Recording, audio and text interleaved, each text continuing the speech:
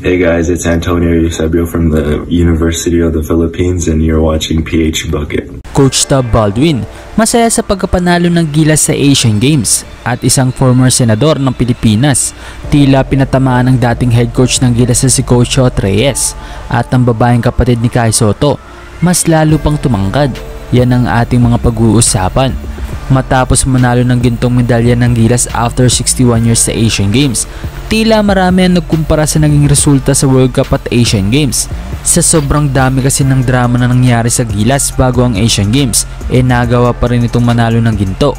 Nag-submit ng mga players na hindi naman available, hindi pinayagan ng pagpapalit ng players na wala sa pool, at 4 days before na kompleto ang official lineup para sa tournament.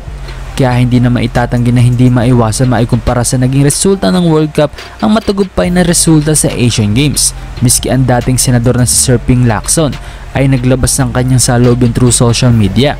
Leadership matters ayon sa dating senador. To be fair naman, para sa mga players natin from World Cup, di hamak na mas mabibigat ang nakaharap nila noon. Puro may NBA players at mas high caliber ang mga local players kumpara sa Asian Games. Pinakamabigat na kasi yata natin nakakalaban sa Asian Games ay Iran, China at Jordan. Pero hindi rin naman ganun kalakas ang lineup natin compared sa World Cup, plus sobrang ikling preparasyon lang ang meron tayo. Masasabi kong ang susi lang sa ating tagumpay ay yung sistema at adjustment kada quarter. Malaking bagay talaga ito para sa isang team, yung may coach ka na malataktisyan na maituturing. Pero ayon nga kay Coach Tab, let's stop analyzing. I-enjoy na nga lang natin ang ating pagkapanalo. Ayon sa interview kay Coach Tab matapos talunin ng Adamson ng kanyang koponan kanina lang, masaya siya sa pagkapanalo ng ating national team. Heto at ating pakinggan yan. Just a great win. Just like, again, you go back to this, throw this damn thing out for that game. That game was all about toughness, defense.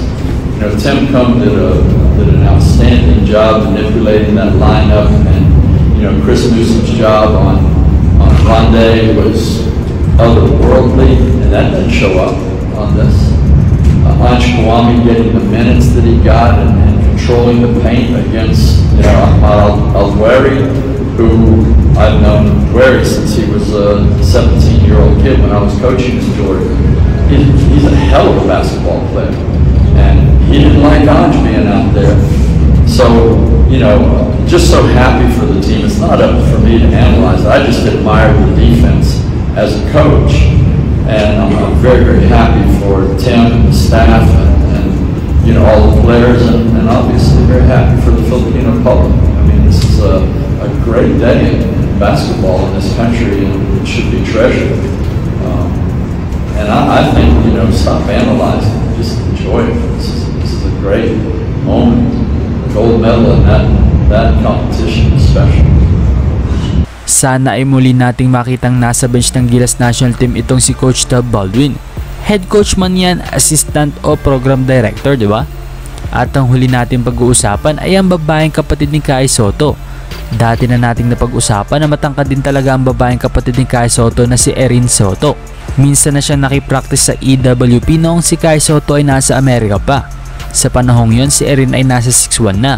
Pero ngayon nga lang mga brody, mas tumangkat pa ang babaeng Sotto. Siya ay 6'3 na at namataang naglalaro ng volleyball para sa De La Salle Sobel.